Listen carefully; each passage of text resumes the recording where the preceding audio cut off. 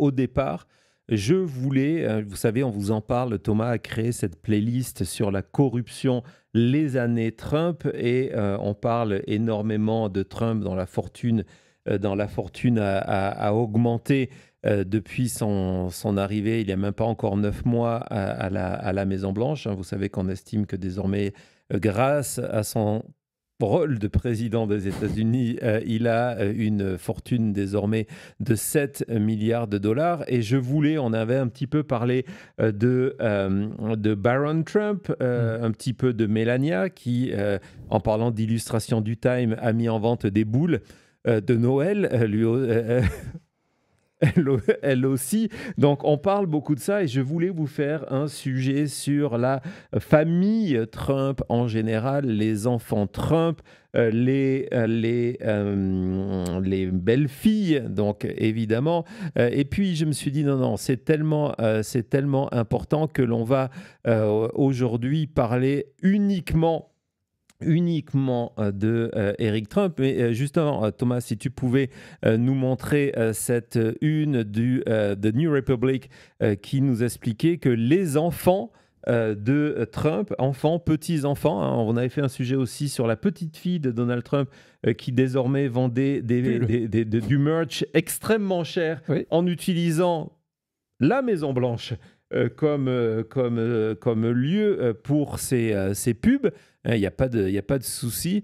Et donc, cet article, je vous avais aussi parlé d'une enquête de Forbes récemment qui allait dans ce sens-là, en nous expliquant que ce qui était une des certitudes de l'administration Trump, c'était que les enfants Trump étaient devenus vraiment très riches cette dernière année et que grâce à la présidence du papa, les enfants en avaient profité. Donc, on va tout de suite vous donner le chiffre qui fait peur pour vous montrer l'ampleur, parce que rien que ce chiffre-là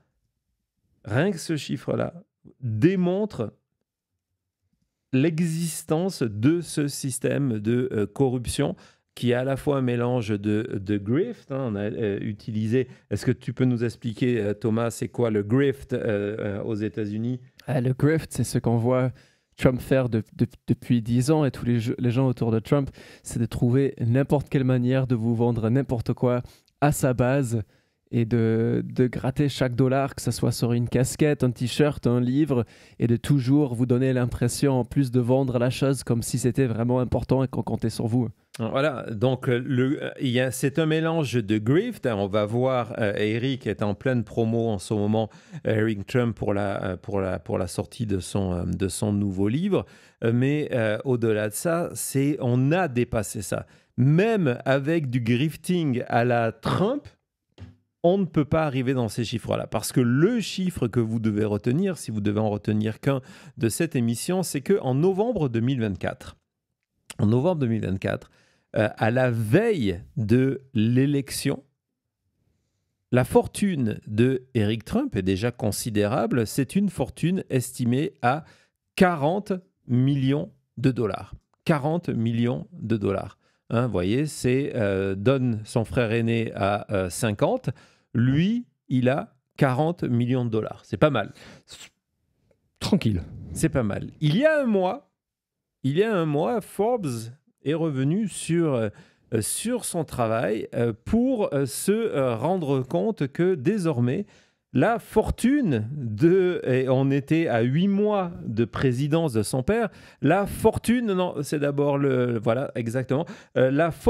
d'Eric Trump venait de passer à 750 millions. Novembre 2024, 40 millions de dollars. Septembre 2025, 750 millions de dollars. C'est du jamais vu. Non, c'est du jamais vu. Et puis, ça ne s'est pas arrêté là. Parce qu'il y a quelques jours, Forbes est revenu sur son analyse pour titrer ça. Vas-y, montre-nous. Il est désormais un milliardaire. De 40 millions en novembre à milliardaire. Déjà, d'arriver à 1 million, c'est énorme comme chiffre. De dire qu'on passe de 40 millions, doubler ça On n'est même pas à 10% d'un milliard. Non. Non, mais tu sais comment ça s'appelle? Oui, un crime. Non, aussi. Mais tu sais comment ça s'appelle? Travailler dur. Non, aussi. Mais tu sais comment ça s'appelle? Ça Le- s'appelle le Golden Age. Ah oui. C'est le oui. Golden Age. C'est la Pour preuve certains, que c'est sûr. l'Amérique va bien. En novembre, vous avez 40 millions. 11 mois après, vous êtes milliardaire. Et tout ça, comme nous le rappelle Kali Kelly, qui mérite, si ce n'est pas le cas, d'avoir une invitation, Cody, à venir nous rejoindre sur maintenant-media.com. C'est déjà fait. C'est à toi de voir ça.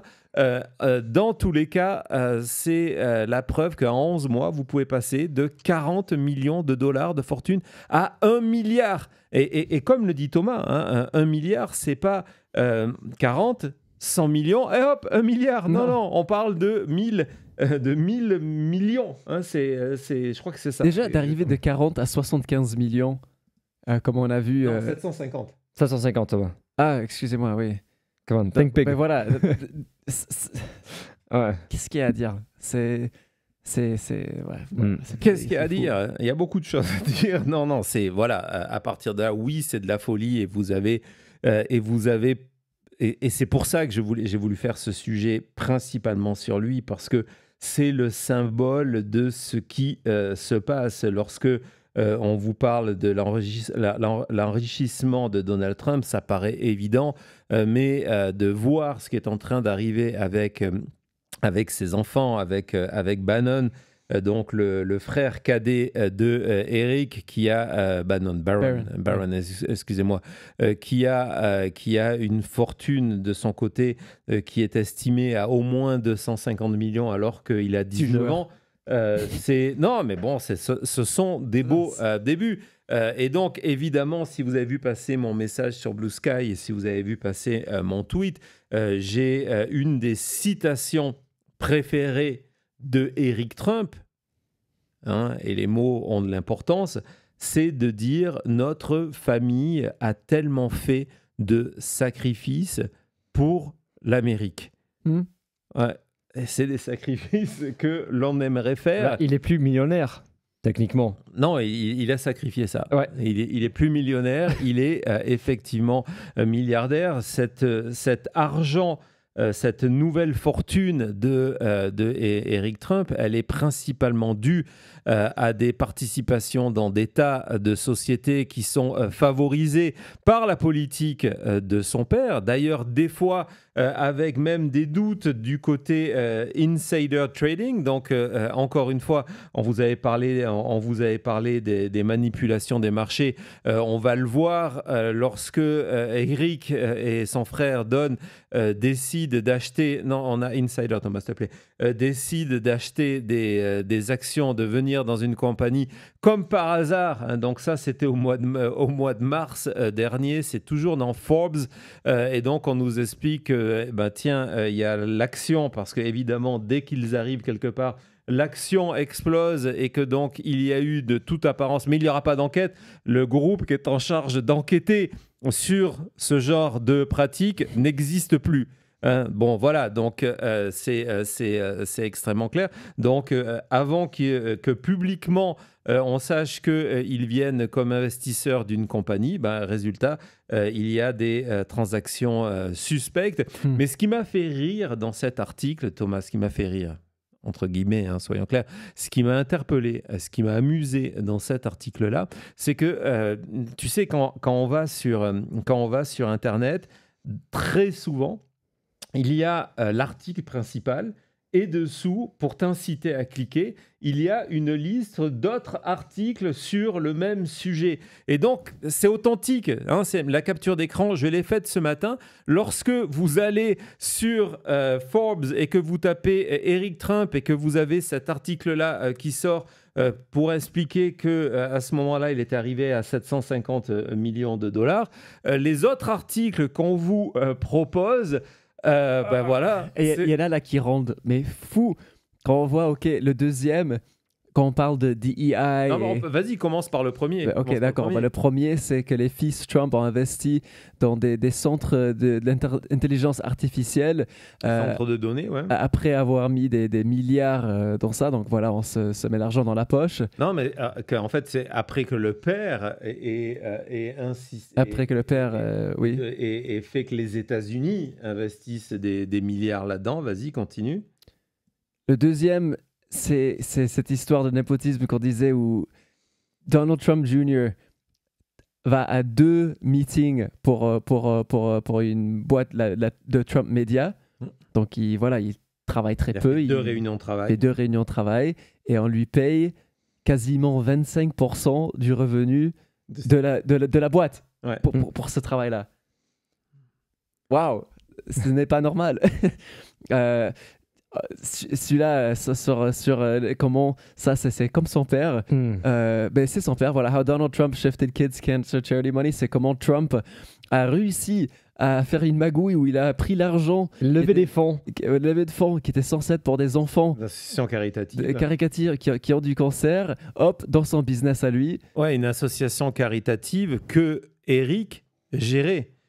Et donc c'est une des premières fois que Eric s'est retrouvé face à la justice. Et donc, tous ces articles, en fait, vous racontent de la corruption sans que cela gêne personne et sans que cela soit une réalité. Alors, évidemment, il y a les articles de force, mais en général, les médias ne font pas leur boulot.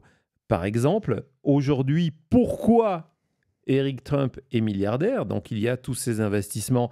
Comme par hasard, c'est le premier article sur les centres de données d'intelligence artificielle après que Donald Trump en ait fait une priorité nationale et obligé les compagnies de AI à investir lourdement dans tout ça. Mais l'autre partie, et qui est essentiellement à l'origine du fait qu'aujourd'hui, les plus de milliardaires, ce sont les investissements en crypto.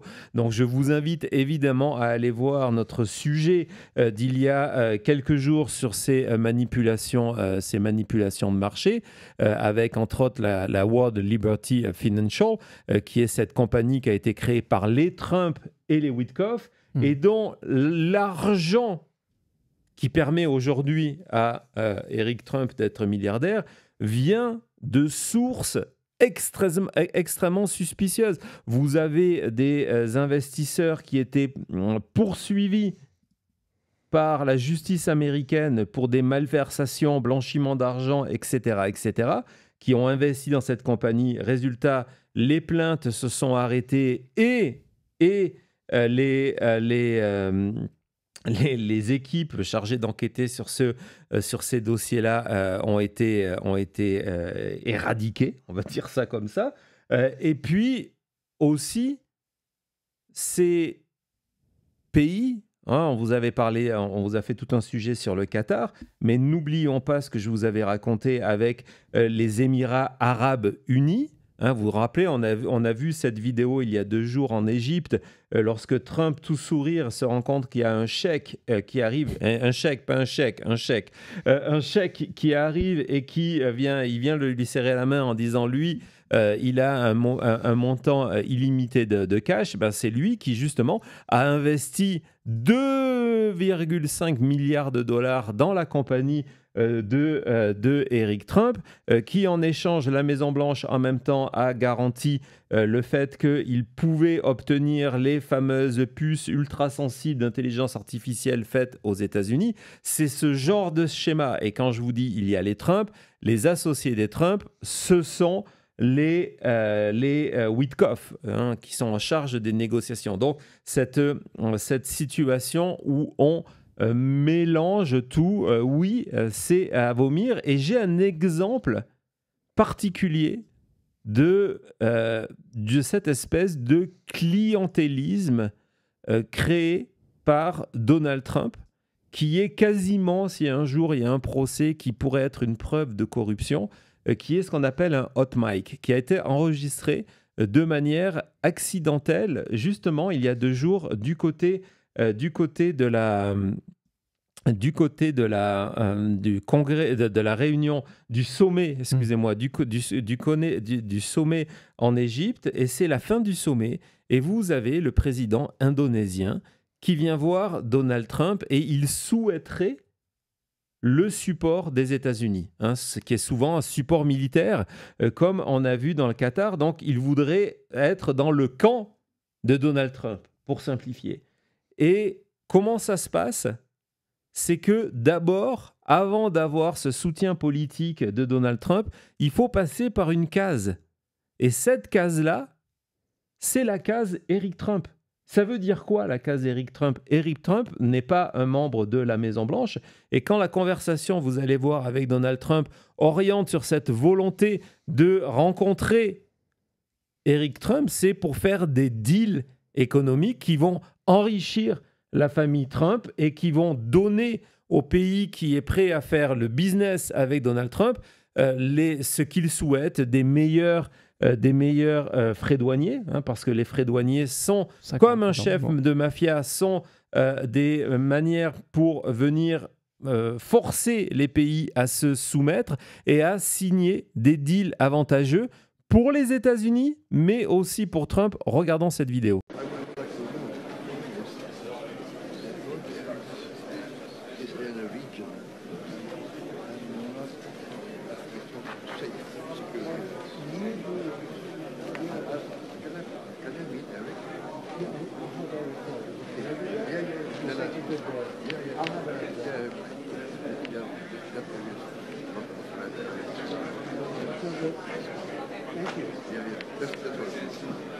I told Harry also. I told Harry also. Yeah, we'll look for better place. Yeah, all of them. Okay. Yeah. Or it was done.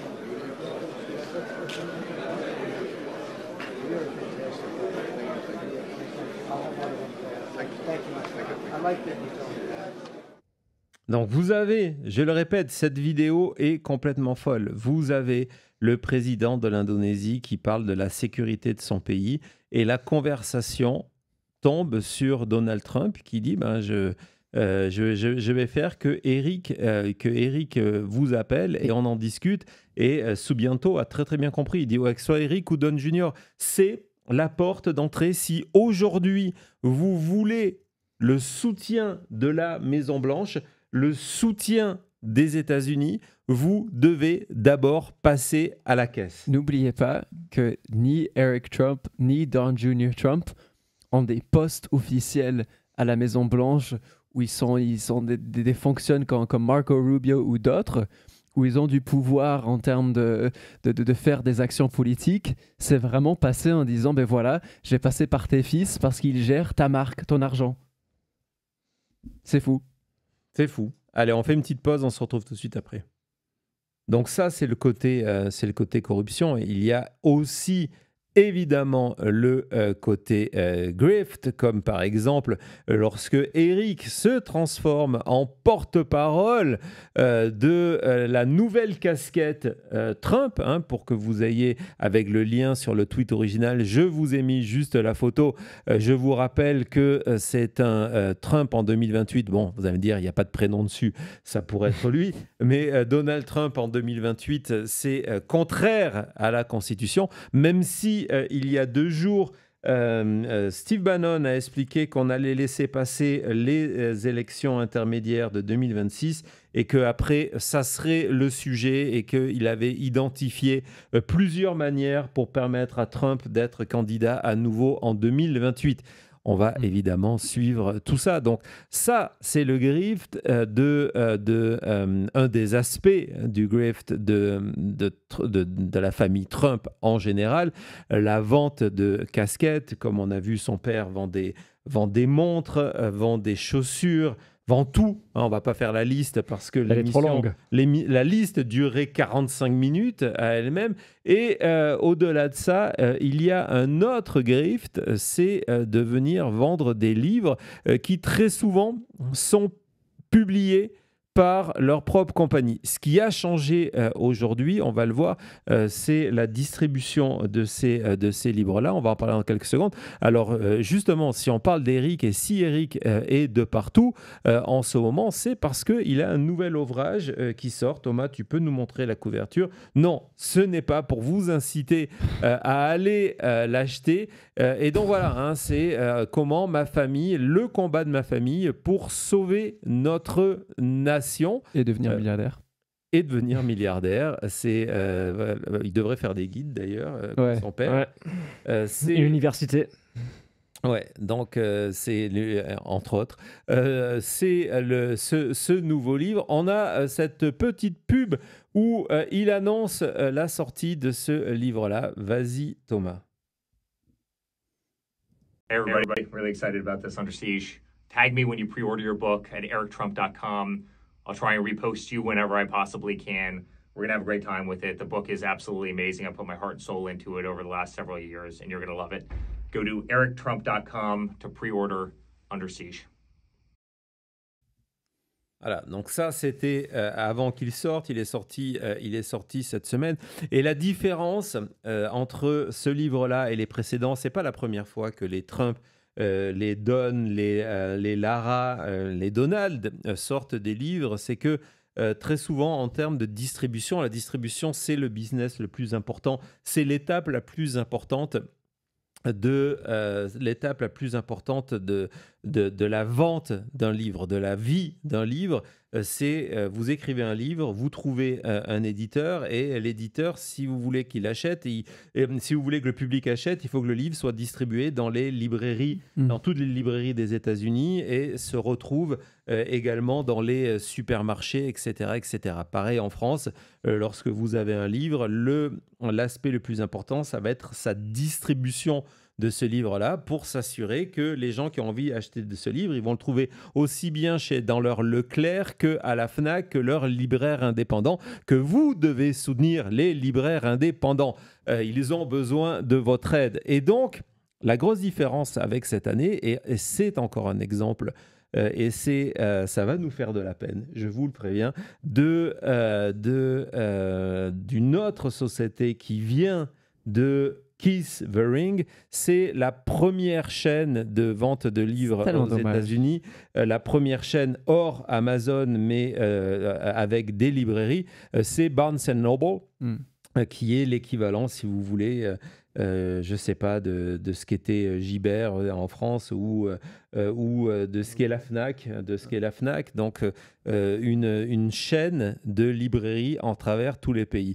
Et alors que d'habitude, les Trump n'arrivent pas à passer des accords avec ces grandes chaînes de librairies et ils sont obligés d'utiliser leur propre site. Hein. On a entendu Eric Trump qui dit « Allez sur le erictrump.com pour le commander, etc. etc. » Là, c'est complètement différent. Cette année, ça sort avec le partenariat de Barnes & Noble. Eric Trump va aller signer son livre. Il y a des opérations où on cache les livres signés dans la librairie en incitant les lecteurs à aller les chercher et les avoir au même prix qu'un livre normal. Et justement, il y a une vidéo qui vous montre tout ça. Vas-y, Thomas.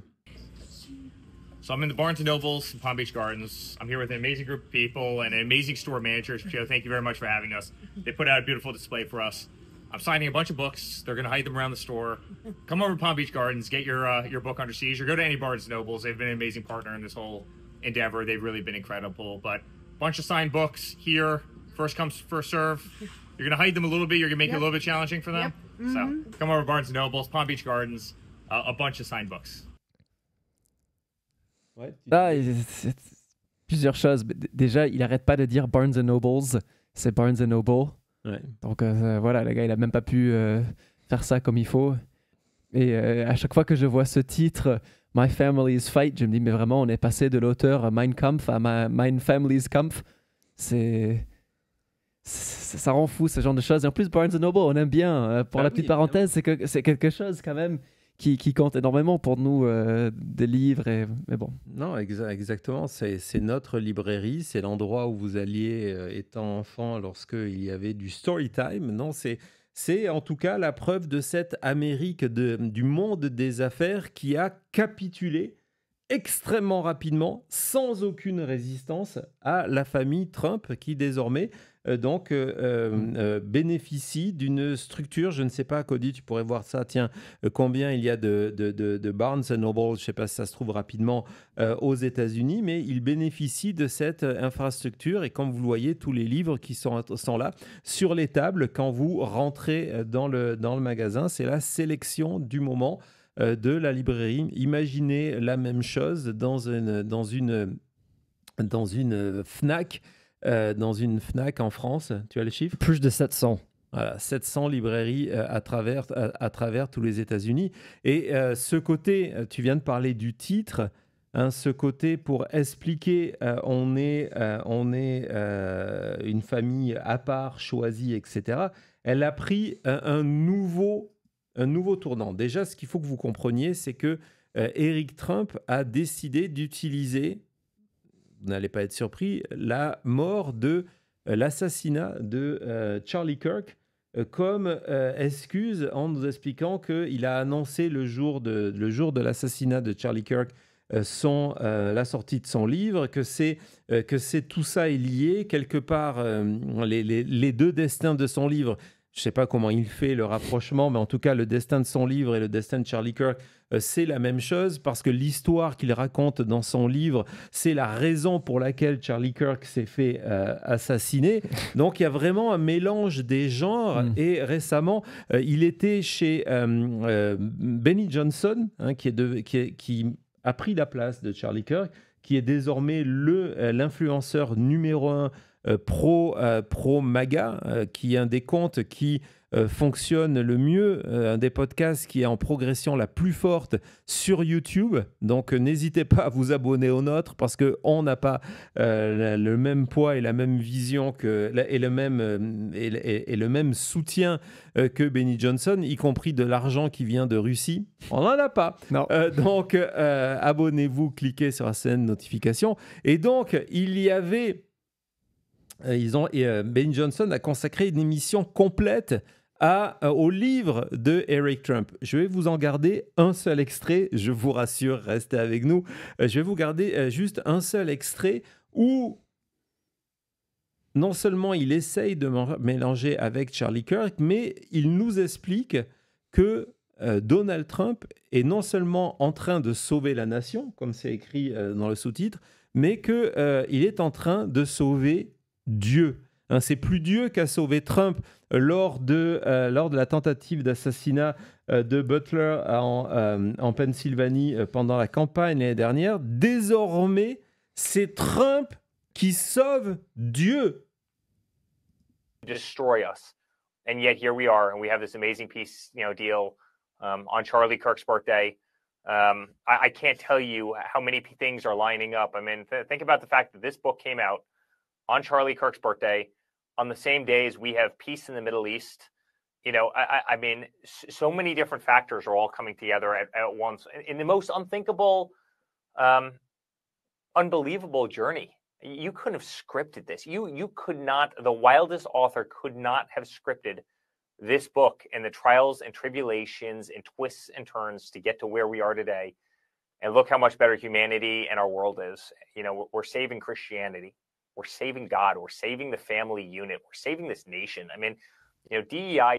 Donc voilà, donc le livre sort le jour de l'anniversaire de Charlie Kirk. Tout ça, évidemment, c'est le hasard le plus complet. Et donc avec désormais en disant voilà, nous sommes en train de sauver Dieu. Voilà, on en est là. Je ne sais pas que vous dire. Et du coup, le sauveur de Dieu, forcément, Trump lui-même, alors que généralement, il reste sur Truth Social, sa plateforme, dont Eric, on l'a vu tout à l'heure aussi avec Don Jr., non seulement est employé et payé et actionnaire. Hein, donc ça reste dans la famille. Il faut savoir aussi que sur certains produits dérivés vendus par Donald Trump, Eric touche 20%. Donc, on est toujours dans la même chose. Et donc, le sauveur de Dieu lui-même, Donald John Trump, président des États-Unis, je vous le dis, d'habitude, il reste sur Truth Social, mais de temps en temps, il vient poster des tweets sur son compte où il a des centaines de millions d'abonnés. Et il a fait ça il y a 2 jours. L'heure était grave parce que, boum, regardez, voilà, c'est Donald J. Trump qui dit au public, n'oubliez pas d'acheter un exemplaire du livre de mon fils Eric. Et puis, en expliquant que vous devez complètement lire. Et cette dernière ligne qui n'a aucun sens grammaticalement avec le reste, en disant « Félicitations, Eric, tu le mérites ». Mérite quoi ? Succès, l'argent. Je n'en sais rien. Mais en tout cas, ce tweet-là, je vous rappelle que la Maison-Blanche, via l'intermédiaire de Caroline Leavitt, avait été interrogée au début du mandat de Donald Trump pour savoir si ses posts sur Truth Social et si ses tweets avaient valeur de déclaration officielle du président des États-Unis. Et la position, c'était que dire oui, ce sont des tweets officiels du président des États-Unis. C'est la parole non pas de Donald Trump, mais du président des États-Unis. Ouais. En tout cas, j'ai quelque chose en commun avec Donald Trump. Ah. Ni lui, ni moi, on a lu le livre d'Eric Trump. C'est sûr. Et puis, Cody aurait pu dire que lui, il avait un point commun avec Eric Trump, c'est que ni lui, ni toi, vous l'avez écrit. Non. Et j'ai un autre point en commun avec lui, je ne suis pas millionnaire. Non, ça nous fait beaucoup parce que j'adore aussi pendant la vidéo, il donne 2 exemples. Il dit, mais il y a vraiment une tonne, il y a une liste énorme. Il arrive que à citer 2 trucs qui viennent au même moment. Ouais, mais justement, en parlant de je suis pas un millionnaire et lui qui est devenu millionnaire à milliardaire, oui. On oublie souvent quelque chose. Et justement, Eric Trump est venu le répéter, c'est que il y a 1 an de ça, Donald Trump était un vendeur de frites à McDonald's. Ah, c'est vrai. Non, mais started from the bottom, now we're here. Non, mais vraiment. Vendeur de frites à 7 milliards de dollars. Vous allez voir cette vidéo. Et il est sérieux, le gars. Où il est complètement sérieux et il va vous expliquer qu'il y a 1 an, son père travaillait au McDonald's. C'était pas un maçon. Il faisait des frites au McDonald's et 1 an après, il est le sauveur du monde et il devrait avoir le prix Nobel. Non, vraiment, c'est pas un faux. He's saving the world, and that's after everything they did to us, Greta. I mean, he's literally saving the world. As you said, a year ago, he was serving French fries. Now he's, commander-in-chief who just got Middle East peace, stopped, 8 wars at this point and is doing a phenomenal job. And listen, the entire world is proud. And it's amazing. You talk about this Nobel Peace Prize thing.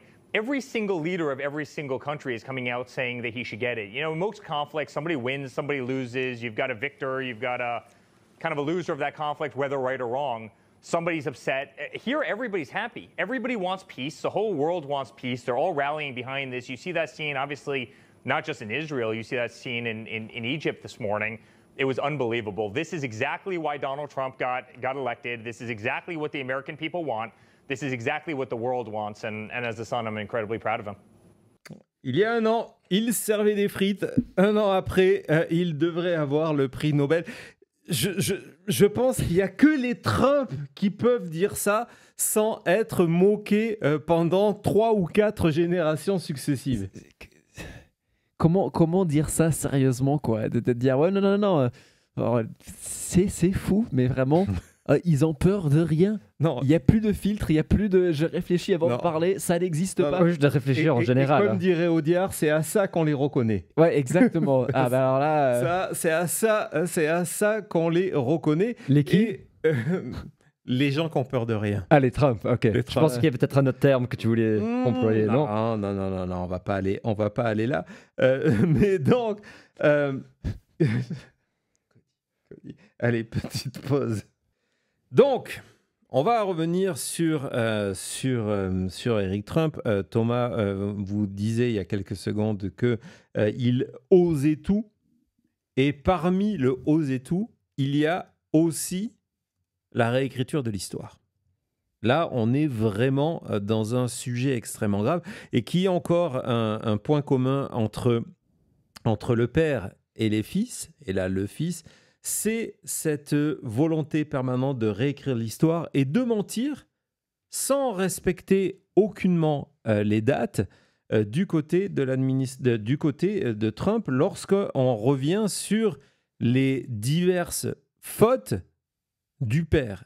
Et ici, évidemment, ce qui est la prochaine cible, et je vous prépare une émission spéciale parce que hier, Jack Smith est sorti de sa réserve habituelle. Il a fait une conférence à une université. J'ai récupéré la totalité de la conférence parce que malheureusement, il n'y a eu que 1 ou 2 extraits et toujours les mêmes qui ont été diffusés par les médias américains. Et il y a un extrait qui n'a pas été diffusé que je vais vous montrer dans les jours prochains qui est en rapport directement avec ce que Eric Trump rappelle jour après jour depuis 2 semaines sur les médias américains. Ce n'est pas une erreur. Il revient sur la perquisition. D'ailleurs, eux n'utilisent pas le terme de perquisition. On parle de raid. Et donc, sur la perquisition de Mar-a-Lago, on est dans le cadre de l'affaire des documents secrets qui ont disparu de la Maison-Blanche. Et vous allez voir comment, en quelques secondes, Don Jr., sans être corrigé, bien évidemment, Don Jr., Eric Trump, sans être corrigé, bien évidemment, réécrit complètement l'histoire. Vas-y, Thomas. Different than when they raided Mar-a-Lago. I talk a lot about that in the book because I was the guy that got the call from our teams. Obviously, I run the Trump organization. I got a call. The FBI is at the front gates of Mar-a-Lago. They have a search warrant, sir. And I go, why would they have a search warrant? What are they trying to search at Mar-a-Lago? I don't know, but they're demanding that you instantly turn off every security camera. Obviously, Mar-a-Lago is a commercial property, right? They're demanding you turn off your security cameras right now. And then, sure enough, we find out that Jack Smith is planting manila folders on the office of my father, taking these, glamorous photo shoots where he has them all fanned out like a turkey. This was the lawfare. Donc, il parle de cette photo, justement. Donc, ce qu'il explique, il dit qu'un matin, il est réveillé par le responsable de la sécurité de Mar-a-Lago en lui disant qu'il y a le FBI qui est à la porte et que le FBI insiste que toutes les caméras soient instantanément éteintes parce que le FBI va faire ce raid-là. Et il dit, et c'est comme ça qu'on découvre que Jack Smith a mis sur place ces enveloppes, ces faux dossiers dans le bureau de mon père. Donc voilà. C'est fou de le dire, mais il passe à la télé en disant que voilà, Jack Smith a fait couper les caméras de Mar-a-Lago pour venir avec lui des dossiers qu'il a mis au sol du bureau pour prendre des photos pour créer ces images-là. Exactement. C'est osé. Alors, si vous êtes un habitué de Maintenant Média, de La Chute, entre autres, on a fait énormément de dossiers sur les documents secrets de Mar-a-Lago. Vous savez que Eric Trump raconte n'importe quoi pour de multiples raisons, parce qu'on vous a montré dans le dossier des captures d'écran de ces caméras, de ces images vidéo. Il y a le témoignage de Eric Trump lui-même qui explique qu'ils assistent, lui et son frère, depuis New York au sein des bureaux de la Trump Organization.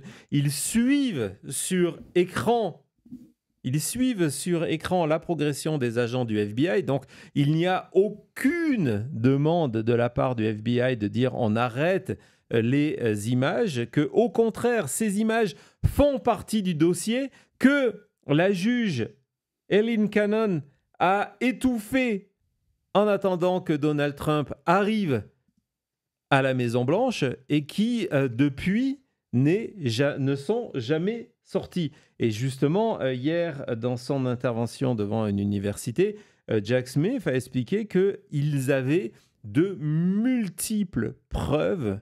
Il a utilisé le terme preuve. Il faisait la comparaison avec ce qui est en train de se passer, cette utilisation criminelle du département de la justice sous les ordres de Trump d'attaquer tout le monde sans aucune preuve. Dit, nous, la différence, on avait un véritable dossier, on avait un tas de preuves Et ce sont ces preuves-là que Donald Trump, en utilisant Eileen Cannon et après en devenant le nouveau président des États-Unis, n'oubliez jamais, l'équation pour Donald Trump était simple, la prison ou la Maison-Blanche. La prison ou la Maison-Blanche.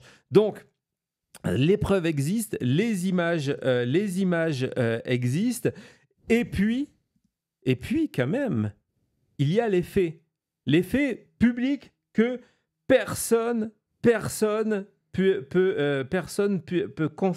contester. La perquisition à Mar-a-Lago, c'est le 8 août 2022. C'est factuel. 8 août 2022. L'arrivée de Jack Smith sur ce dossier-là, sa nomination en tant que procureur spécial, c'est le 18 novembre 2022. Le 18 novembre. Comment, alors qu'il n'est pas nommé, et qu'il est en poste en Europe à ce moment-là, qu'il n'est pas nommé le 8 août, comment Jack Smith peut profiter de caméras qui sont éteintes alors qu'elles ne le sont pas pour venir créer cette photographie alors que ça se passe le 8 août. C'est un mensonge, c'est encore une fois une tentative de réécrire l'histoire et il faut les mettre en avant parce que oui, évidemment, on se moque de beaucoup de choses parce que beaucoup de choses nous font rire dans le grift et on va parler un petit peu dans quelques secondes de sa chère et tendre épouse, donc forcément, mais dans la réalité, il y a chez les Trump, du 6 janvier à l'affaire des documents secrets, une volonté d'effacer les péchés originaux du père. C'est extrêmement troublant. Ouais. Et encore une fois, évidemment, on n'est pas surpris, c'est Fox News, mais encore une fois, le journaliste qui est face à lui ne va jamais le corriger. Bon, en plus, le journaliste en question, c'est Mark Levin, qui est un pro-Trump, un ami de la famille. Et donc voilà, la réalité, elle est là. On vient dans les médias, on répète ce mensonge-là. Cette image, ce que vous avez vu avec vos propres yeux, ne croyez plus, c'est 1984, ne croyez plus vos propres yeux, croyez uniquement le parti. Le parti, c'est MAGA, le parti, c'est les Trump. Non, c'est la même chose, comme tu as dit, qu'on fait avec le 6 janvier, avec Trump qui n'arrête pas de pousser ce mensonge. Ce n'est même pas une théorie, c'est ce mensonge que en plus, le FBI de Biden, qui n'était pas président à ce moment-là, avait envoyé des agents dans la foule du 6 janvier, qu'en fait, c'est une espèce de inside job, false flag, je ne sais pas quoi. C'est la même idée, on prend, comme tu as dit, les sujets où on sait on est coupable de trahison du pays et on se dit, ok, on va quand même essayer de réécrire l'histoire parce que voilà, c'est vraiment embêtant le fait que j'ai commis les crimes les plus importantes possibles. Ouais. On va retourner dans la dernière partie de cette émission sur du plus léger, même si je ne considère pas que la corruption, parce que cette corruption, elle se fait sur le dos du peuple américain, hein, soyons clairs, hein, cet argent que Trump et que les Trump amassent actuellement, je vous l'ai dit, nous vivons aux États-Unis un transfert de richesse sans précédent qui part des plus pauvres et des classes moyennes vers le sommet. On n'est même plus dans du 1%, on est dans du pourcentage du 1%. Donc c'est extrêmement grave. Toutes ces histoires de corruption sont extrêmement graves. Mais il faut dénoncer ce système et insister sur le côté ridicule de ces gens-là pour pouvoir leur enlever toute crédibilité. Parce que si ces gens-là étaient crédibles, si ces gens-là n'étaient pas ridicules, on se dirait, peut-être il a raison. Peut-être il a raison. Mais résultat, lorsqu'on démontre l'absurdité de ces personnes-là, l'appétit pour l'argent de ces gens-là, l'absence de valeur de ces gens-là, tout le reste, le premier réflexe, c'est de dire, attendez, non, mais on le connaît, le coco, là, c'est le gamin de Trump, il dit que des bêtises, et résultat, on n'entend plus, ça n'imprime plus cette absence de mensonge. Dans le cadre de cette promo, avant de rentrer dans le dossier du couple, parce que évidemment Eric Trump c'est aussi Lara, je vous ai sélectionné, parce que vous allez l'aimer, cette séquence autour des parasols de Mar-a-Lago, parce qu'on va avoir une nouvelle révélation. On le sait. Direct depuis la source. On le sait, du côté de la Maison-Blanche, Donald Trump a fait refaire le Rose Garden, qui maintenant n'a plus de garden, plus un jardin. Rose, exactement. Et il a fait installer tous ces parasols. Et donc là, c'est un reportage en direct pour la promo de Eric Trump. Vous allez voir, d'ailleurs, le journaliste fait très attention qu'on voit toujours le livre de Eric Trump, ce qui est assez scandaleux. Donc, il y a donc la confirmation de ces parasols, mais aussi autre chose. Vas-y, Thomas. And speaking of terrific, what a fantastic view across the street. That is the Beach Club. And in fact, those are the umbrellas from the Rose Garden, I believe. Exact same umbrellas at the Rose Garden. And by the way, that beautiful flagpole right there? Yeah. The exact same flagpole that we have at the White House. I got a call from my father. He goes, honey, I need 2 great flagpoles. I want to donate them to the White House. And we're very happy to have the same Mar-a-Lago flagpole on the south and north grounds now. All right.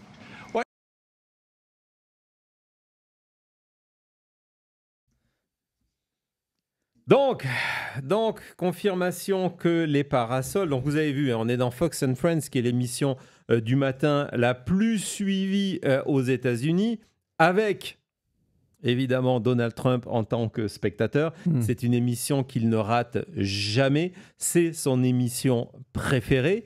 Alors, ce qui est intéressant, c'est qu'on se rend compte que Fox News, ces derniers jours, c'était Trump News. On fait la pub de Eric du matin au soir. Il a fait toutes les émissions, des émissions du matin, comme ici Fox and Friends, à Sean Hannity, Laura Ingraham.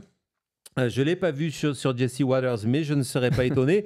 Et il paraît qu'il s'est même demandé si dans les rediffusions de la nuit, il n'y avait pas une possibilité d'être dans le coin. Donc vous voyez comment on fait la pub pour le livre en permanence. Et on apprend donc que ces fameux drapeaux avec ces mâts de plusieurs, je crois qu'ils font 20 ou 30 mètres de haut, qui sont assez énormes, que Donald Trump a fait installer. Il en a fait installer 2 dans les jardins de la Maison-Blanche. En fait, ils viennent d'où? Ils viennent de Mar-a-Lago. Ouais, ben voilà, les parasols Mar-a-Lago. Vous le voyez à l'écran, ça aussi, voilà, ça vient de Mar-a-Lago. Et apparemment, Trump appelle Eric Honey. Intéressant. Ça, c'était une découverte.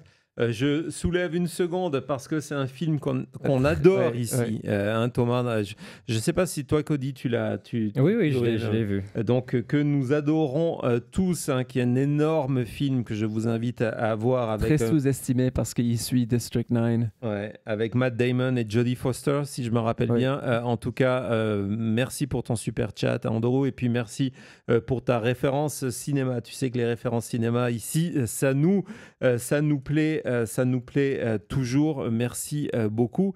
Donc voilà, donc on a fait le tour d'Eric. On doit maintenant parler de de Lara Trump. Et je vous propose de faire une petite pause. On se retrouve tout de suite après. C'est maintenant.